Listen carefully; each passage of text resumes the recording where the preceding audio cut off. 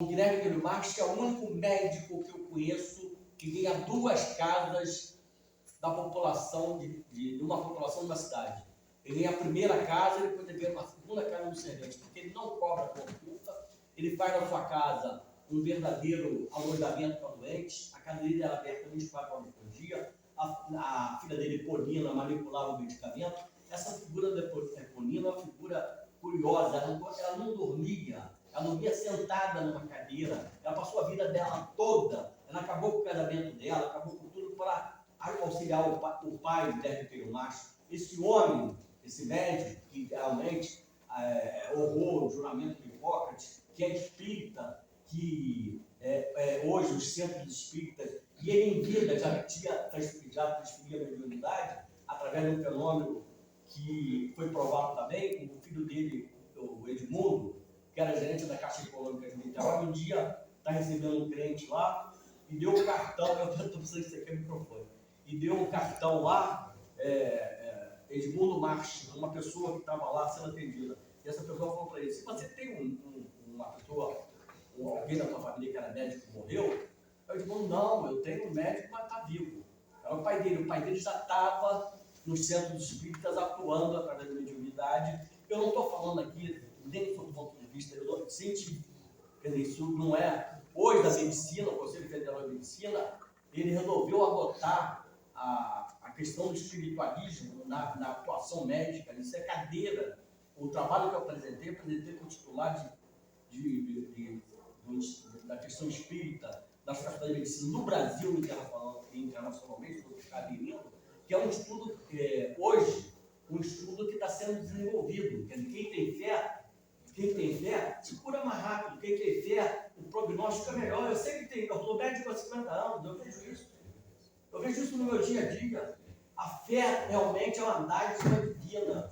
A fé é alguma coisa, se alguém tem fé, tem que cultivar. Agora, a fé é realmente uma dádiva, alguma coisa que aparece para você, que você tem que saber cultivar. E o Guilherme Guilherme Marques, esse médico, morre atendendo, já bastante idoso, 85 anos.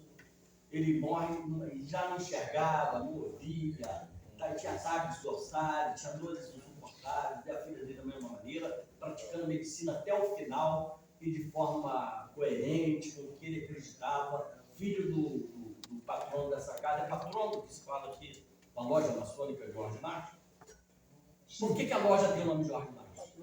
Patrono, então vocês têm isso aí, quer dizer, esse nome é um nome muito forte. E um detalhe curioso, eu estou fazendo a biografia do Jorge Marques agora, porque nunca foi feita. Eu não consigo entender, mas nunca foi feita porque não tem documento primário. Os documentos primários são muito pobres. A investigação é muito pobre. A identificação do que foi feito do Jorge, do Guilherme Telho, fizeram muito. Espiritualista, um homem tão bondoso, por que esse esquecimento de irmão? É um negócio que é um paradoxo enorme. Vamos lá, mais adiante. Jandeiro, você falou que Jorge Marques tem os 2 filhos, ele falece, e o Guilherme vai estudar medicina em Niterói, vai para Niterói. E quem fica com... Não, ele vai estudar medicina no Rio, vai pegar uma FRJ. E quem fica com a fazenda?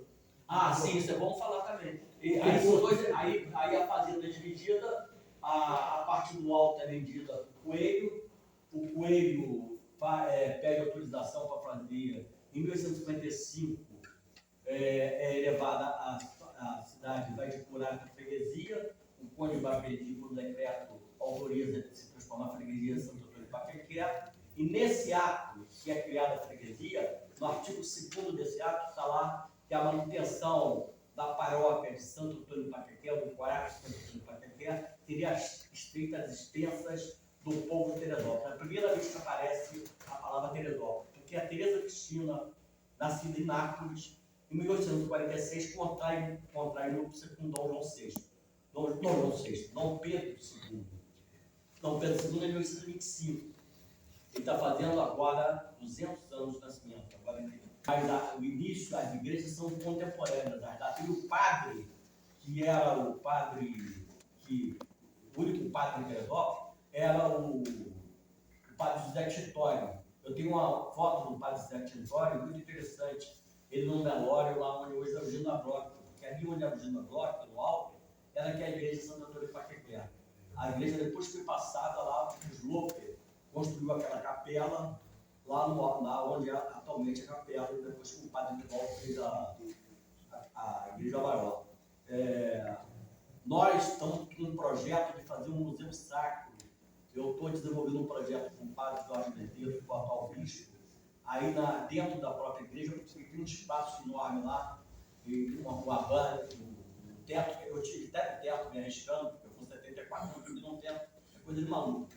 Mas eu estive lá examinando, tem um espaço próprio para fazer um museu sacro, e eu tenho alguns objetos da época da construção da igreja, uma telha, um tijolo, algumas coisas desse tipo que nós vamos fazer. Mas não é só isso, a gente vai fazer um museu sacro dentro da igreja, porque há como é que se diz? Um estímulo da igreja católica de fazer isso. Agora, nós não podemos esquecer que o Mártir não era católico. O Mártir era luterano. A igreja luterana lá em Petrópolis é a igreja que tem alguns registros. Quando eu visito, que foi em 91, eu vou tentar identificar os restos mortais do Mártir, eu vou no cemitério das igrejas da Gamboa, aí estou passando dentro do cemitério das igrejas, o cordeiro do Facebook também falou assim, em 91, há 34 anos atrás. Precisa tomar cuidado aqui, que tem um monte de comunidade em volta, você está correndo risco aí. Mas eu estava a fim de identificar o túmulo, que continuei andando, aí tinha uma senhora, chegou que eu estou para mim, mas o que afinal você quer? Eu falei, quero saber onde está sepultado o Jorge Mártir. E aí vocês podem entrar no projeto. Aí de 1922, passa o nome, existia o absolutismo. Mas mesmo assim, Dom João VI está no Brasil antes de 22. Ele governava, quer dizer, a noção do Dom João VI para a população é que ele governava em nome de Deus. Todos eles eram assim. A Dona Maria I, a rainha, a mãe dele, a Dona Maria I, ela começa a adoecer, ficar doente mental, porque a Revolução Francesa. A mãe de Dom João VI. A mãe do João VI. Dona Maria I. Dona Maria I. E condenou o Tiradentes da forca. A sentença. Mas ela também fez outras coisas aqui interessantes que eu talvez não tenha tempo de contar. Ela também determinou com o Tiradentes ser segurança de caravana de ouro, e aqui havia uma hospedaria, porque eu hospedava o Tiradentes, uma hospedaria de Caule e Cristóvão. Como é o nome mesmo?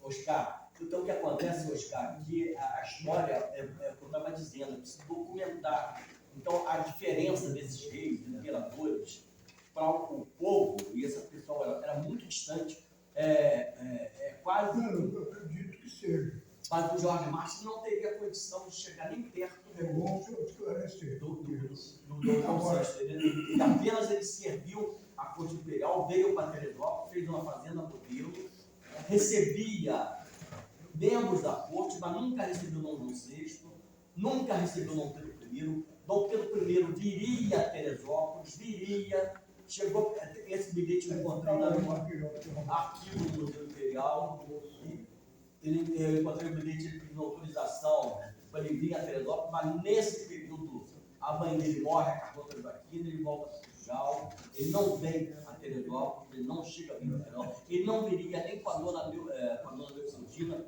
que foi a primeira esposa dele, depois a segunda foi a dona Rélia, ele viria com a amante, com a Marquesa de Santos, a Cotais, isso aí é porque é muito pouco tempo. Há quanto tempo que eu estou falando? Alguém pouco tempo. Então, isso só pode, eu tenho certeza que o Jorge Mártir não tinha essa influência, é impossível isso. Agora, que Dom João VI falou isso para Dom Pedro I, falou, se alguém há de botar coroa na cabeça, que seja excluído. Agora, se não for inoportuno, eu gostaria de tocar no outro ponto, que foi a obra do Carlos Gomes. Sim, o Guarani foi financiado pelo Dom Pedro II. Sim, mas a história do Peri Ceci, que a Ceci... Mas é outra coisa, eles Alencar nunca teve em Teresópolis, nem nunca sonhou. Aquilo é apenas... Eu tenho uma casa com o Maria, que passa o Rio Paquequé. E lendo o livro, eu sinto que ali era... Eles usam como cenário, mas ele não teve aqui, o Zé de Alencar não teve em Teresópolis. Como a Teresa Cristina também, eu provei isso. no seminário organizado pela Igreja Aí Católica eu Padre Rivaldo, a Teresa Cristina nunca teve em Teresópolis. Quem teve aqui foi a Princesa Isabel, o Conde D, a filha dela, a Princesa Isabel, o genro Conde D, o marido Dom Pedro II. Dom Pedro II teve em Teresópolis em 1976, porque o médico da Corte Imperial, o Mota Maia, aconselhou ele vir a Teresópolis tomar água mineral de onde é o garrafão. O garrafão, ele tinha esse nome porque o dono do garrafão era um engenheiro, que tinha, o formato era robusto, obeso. E quando Dom Pedro II vai lá tomar água, com a produção de petróleo a cavalo, e o objetivo dele vir a Teresópolis é tomar água mineral lá. Quando ele chega lá para tomar água mineral da fonte, ele pega uma folha de begônia. A begônia é uma planta, uma folha, você abre e ainda forma um cálice, você pode tomar água ali. Quando ele vai tomar água naquela folha de begônia, o garrafão fala para ele: não, imperador, eu comprei taças de cristais para o senhor. Aí o imperador toma água na taça de cristal, vai oferecer para a comitiva, e o garrafão fala para ele: não, eu tenho taça para todo mundo, não são vocês. Dom Pedro II observa que o garrafão tem um defeito visual e manda o Mota Maia fazer lentes para ele em Paris. Não havia oftalmologia no Brasil. A medicina no Brasil, em 1876, era muito pobre, não havia. Desculpa eu ser incisivo, mas eu estou falando alguma coisa que eu estudo há 50 anos. Entendeu? É uma coisa que não, o processo histórico nessa cidade, eu estou estudando há 50 anos. Só de comunicações, dentro de comunicações históricas que eu já fiz, são mais de 5 mil comunicações históricas. Então, é algo que eu me dedico há muito tempo. E desculpa falar, eu me baseio em documentos, me baseio eu estudo todos os dias, eu não deixo de estudar um dia, eu publico todos os dias. E isso aí só pode ficar tranquilo que o que eu estou falando é certo. Jorge Marques nunca nem se aproximou de Dom João VI no detrimento de Dom Pedro I, porque noção do que faz, ele dividiu a fazenda dele é dividida na parte de horticultura, na parte de criação de equinos, de suínos, de bovinos, tudo era dividido nessa região. Isso é planejamento, eles tinham essa noção. Se a gente continuasse com esse empreendedorismo, a gente teria, evidentemente, um outro tipo de cidade. Eu acho que a gente teria. O grande problema nosso é que a gente passou por um processo que você... Aí eu vou ter que entrar num assunto muito delicado. Para poder seguir, porque senão vai ficar muito alongado. Se puder voltar, a gente tem a divisão, então depois Jorge Marques falece, e aí divide a cidade em dois, é isso? São duas. A cidade não vende a propriedade da fazenda, aí você com ele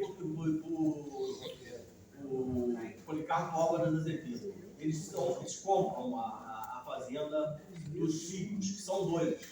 O Guilherme Lino Marques, o Jorge Marques é casado com uma escravizada, chamada Dona Inácia. Na Agafada, Dom Pedro II é assim um fazendeiro de vassouras. Os escravos eram maltratados. Eu sou pesquisador de cemitério de escravos do clandestino. Eu encontro sepultura de escravos, para os senhores saberem, com cravo atravessando membro superior, membro inferior, eles eram crucificados. Eu encontro escravos aqui com face, com crânios, com máscara de frente fundida, que eles colocavam no rosto e não tiravam. Então aquela face, ela fundia com os ossos da face. A escravidão no Brasil foi cruel. O escravo vivia no máximo 40 anos. Era mal orientado, era mal vestido, ele não tinha uma vida longa. Quer dizer, a escravidão no Brasil foi um processo muito lento. Houve primeiro a lei de Eusébio de Queiroz, proibiu o tráfico negreiro, depois a lei do ventre livre, depois a lei do sexagenário, para chegar a lei áurea.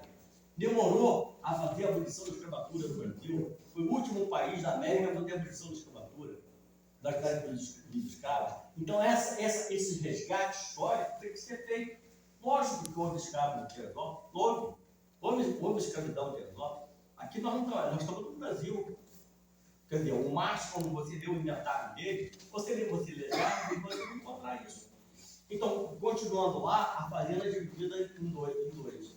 Aí você vai ter a visita do Conde da Princesa Isabel. O Conde era o esposo da Princesa Isabel. Ele visita Teresópolis com a Princesa Isabel antes do pai dela, Dom Pedro II. Dom Pedro II veio depois. Quando Dom Pedro II já na reina mostrava mineral, a imperatriz Teresa Cristina, num seminário que o padre Rivaldo fez lá em 95, na igreja de Valdo, que eu fui o organizador, eu provei que a Teresa Cristina nunca teve em Teresópolis. Você abre a internet, hoje eu estava abrindo um texto antes de ir para cá, são um monte de bobagem escrita, não há documentação primária da data. O pessoal viaja na maionese e não documenta. História é um negócio sério. História não é da história da carochinha, história é com H maiúsculo. Vamos lá mais adiante. Há liberdade no Brasil, a gente deve a Tiradentes. Se há alguma independência no Brasil, a gente deve a Tiradentes. Se há algum nacionalismo no Brasil, se nós somos brasileiros, se nós temos uma língua, se a gente tem uma pátria, a gente deve a Tiradentes. É um desserviço à nação brasileira, é um desserviço à bandeira, aos símbolos nacionais, uma pessoa que tenta desconstruir a imagem de uma pessoa que está mais do que provada. Quando você lê os autos da Devassa, da Conjuração Mineira, você vai ver que o sujeito é um herói. Em nenhum momento ele acusa ninguém. Ele assume tudo, sozinho. Ele mata no peito sozinho. Ele não passa para ninguém. Ele é o único condenado à forca. Todos os outros são perdoados. Todos os outros têm perdão da Dona Maria I. Ele não. Ele é condenado, é enforcado e mais do que isso. Ele é degolado e esquartejado em 4 partes. A cabeça dele é espetada em Vila Rica, no mesmo dia que essa cabeça é espetada, um brasileiro consegue ser sepultado, nunca foi encontrado a cabeça dele. Mas as partes do corpo dele, eu tenho o auto da execução dele. Eu tive em Cebolas há pouco tempo com a família Oliveira, e a dona Carolina Clausen, que estava casada com o Jacó, depois casa com o neto dele, com o tenente José Paulino. E a gente foi tentar fazer a identificação por comissão de centenário da descendência dele, do Oliveira. Então, essas partes deles, a coroa portuguesa faz questão que seja apodrecido, que se sirva de memória para aqueles que dependiam da coroa portuguesa.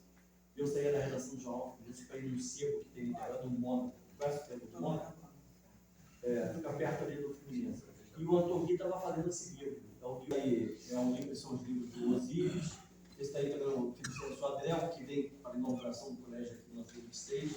Eu tenho um filme da inauguração do colégio no 1926. Tem um outro filme no 1929 da cidade, que infelizmente foi vendido pelos herdeiros de uma pessoa que foi parar na mão do negociante, e ele acabou negociando na Biblioteca de São Paulo, mas eu estou resgatando o filme de 29 da cidade.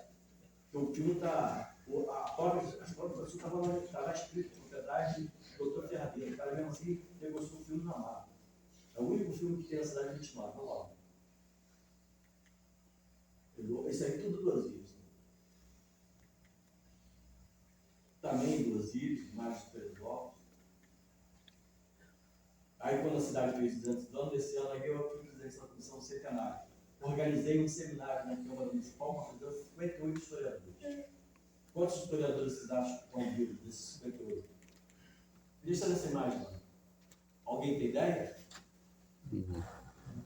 Dos 58 a 91 historiadores que estudavam, quantos estão vivos? Só eu. Ateu. Graças a Deus. Vamos lá, segue. Também Osíris. Aí quando eu vou buscar essa história da merece ser contada. Eu sou o primeiro ali, sem camisa, com o dedo Paulo.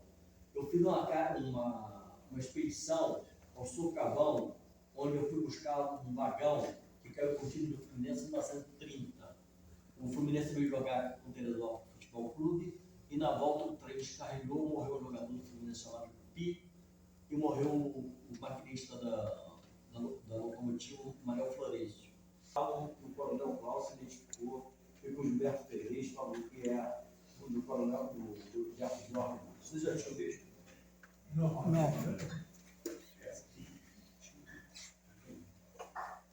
Aí a planta uma cotagem. O que é cotagem?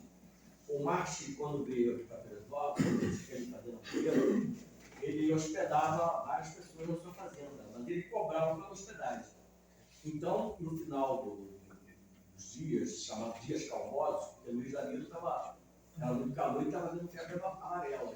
Quem podia subir ia e pagava por hospedagem. Mas aí e depois ele cobrava. Aí ele fez as cotagens, que eram casas, ali uma planta da cotagem, tem um tijolo também da última cotagem que existia no alto, roubaram a última não tem muito tempo. Ele fez casas de veraria ao redor da fazenda. Ele alugava essas casas para acabar com essa história de inglês. Quando que terminou essa terra? Finalizou aqui em Teresópolis? 1957, dia 9 de março de 1957, o trem desceu, nunca mais voltou. Foi a última viagem de trem, de volta. Subiu e não subiu mais. 9 de março de 1957. O fim da parte que eu vi, da parte que eu... Não, ali no onde eu tive do Socavão, você ainda tem tudo, tem algumas obras de arte. Aqui por dentro da entrada do Socavão tem uma obra de arte. Aquele trem túnel lá ferroviário, que a Sudantex conseguiu, tentou se apoderar, eu pedi aquilo. Comprei uma briga danada, porque o Haddad, que é o dono do Sudantex, ele é o dono de tecido bambu da fábrica Santa Isabel. O pau comeu, eles queriam tomar aquilo na mão grande. Hoje o tudo está aberto porque era assim da minha. Ou seja, eu tomei nessa cidade, através da minha orgânica que soltou, o perfil da Serra dos Orcos, o espelho d'água da Grande do Guarani, da caverna fina, o equipamento feito comigo, comprei um monte de inimigos. Para você ter ideia, o dono daquele, onde é o hotel Gino, que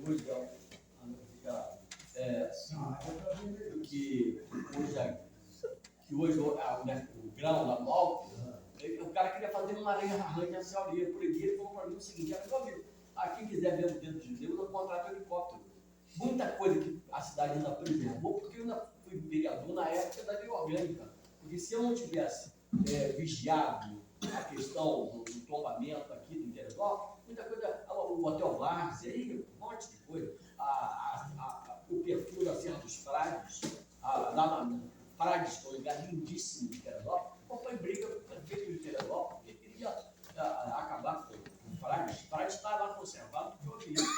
Agora, isso não é de graça. Pô. Eu tentei fazer um projeto turístico aqui, reativando o turismo ferroviário, a minha carreira política acabou ali, porque espalharam na cidade que eu queria passar o trem pela beiralinha, eu ia desapropriar a lei da beiralinha e acabar com a beiralinha. Não existe cultura, Fábio, não existe cultura de preservação da memória. Não existe essa cultura. O pessoal quer destruir, não interessa, quer. E eu já ouvi isso tanto na minha vida. Uma vez eu estava em Angra dos Reis, e com o prefeito de Paraty, e o prefeito eu vi o prefeito de Angra dos Reis falar isso, o prefeito de Paraty: aqui em Angra eu joguei tudo no chão, lá você conservou. E Paraty é conservado, patrimônio mundial, está conservado. É lindíssimo. Isso faz parte da história.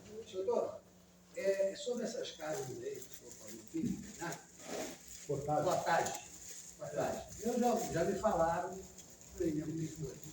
que essas casas eram para encontro com as amantes. Sim, é ser usado, mas não era esse o objetivo. Não, eu sei, mas então existiu essa história. Dom Pedro I, ele chegou a marcar, ele pediu para o mordomo dele marcar uma cotagem, mas ele tinha com a Marquesa de Santos, entendeu? Ele não via lá.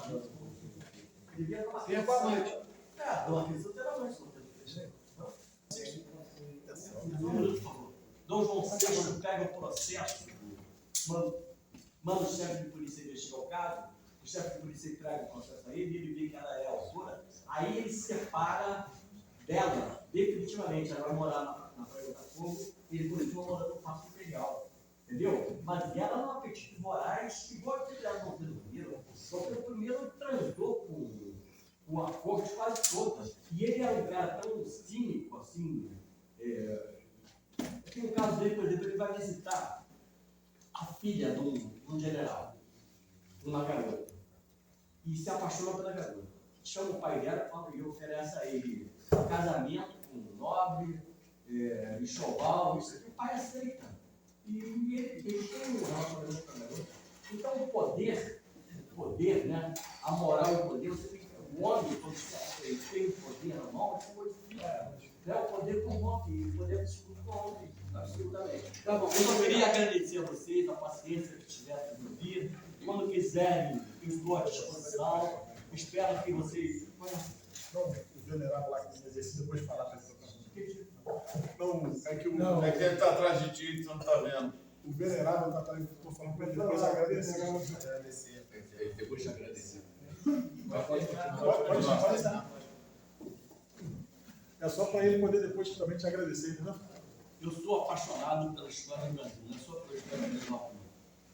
E eu criei uma fundação também que tem meu nome, porque hoje, como eu disse para os senhores, eu tenho coleções que tem objetos históricos, tenho 200 mil livros de vários locais, e eu tenho 4 netos, espero, criei uma fundação para que esses objetos cheguem até a terceira, quarta geração, que eles não possam perder, que fique até a quarta geração. Espero que eles gostem de história, que eles possam continuar a minha obra, que eu me dedico desde criança, desde 11, 12 anos, eu me dedico à história do Brasil. Em 65, eu ganhei no Parque Centenário da cidade do Rio de Janeiro, um prêmio entre 800 estudantes do governo Carlos Lacerda. Recebi do prêmio do governo Carlos Lacerda, um prêmio como a pessoa que mais conhecia a história do Rio de Janeiro naquela época. Eu me lembro que o último debate que eu tive foi com um aluno do colégio militar, e esse aluno chegou depois a general e ministro da guerra do Brasil. Ele, muito tempo depois, já adulto, já morreu, e ele falou para mim: eu perdi o debate para você, mas me ajudou muito. Ele era um olímpico, foi do STM, e eu tenho muito prazer nisso, me dá prazer. Vim aqui falar para vocês sobre a história do Brasil, me dá prazer, não é alguma coisa que me dá prazer. Eu venho motivado, eu estou à disposição dos senhores a qualquer hora, a qualquer momento. O Hotel Várzea é o último ícone da cidade, né? Da história da cidade. Sim, mas tem um Aquilo era tirando pegar fogo, acabar até tá cheio de apentezinho, de puxadinho. Tem o Palacete Granada também, no Sesc, o Palacete Granada de 1913. Tem a biblioteca de 1910. Mas tudo bem, mas o É, Hotel o Várzea hotel fica que jogado tinha. de caralho. Aquilo tinha que dar um jeito, mas. Só tem Sambaqui tem na Vale das Pedrinhas, tem lá no Carioba, lá em Vila do Sul. Agora você tem a fazenda também do Zé Queiroz. Vamos lá. tem curiosidade sobre a Atenção, gostaria de agradecer ao Ferradeira pela brilhante palestra. Foi um momento grandioso e enriquecedor. Agradecer primeiro por ter feito contato com o doutor e outras oportunidades, pedir encarecidamente que seja, não sei se é a primeira aqui na nossa loja, mas que possam ser outros, com temas diversos. O próximo também, se quiser, a gente pode continuar com um tema ou com outro tema diverso, que a gente sabe que essa cultura aí é muito ampla e vai ter bastante palestras iguais a esta. Meus irmãos, vamos agradecer.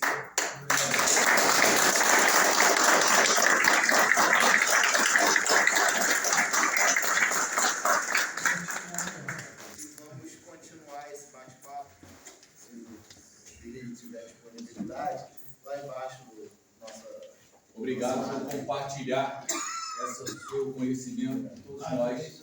Somos muito gratos. Muito gratos.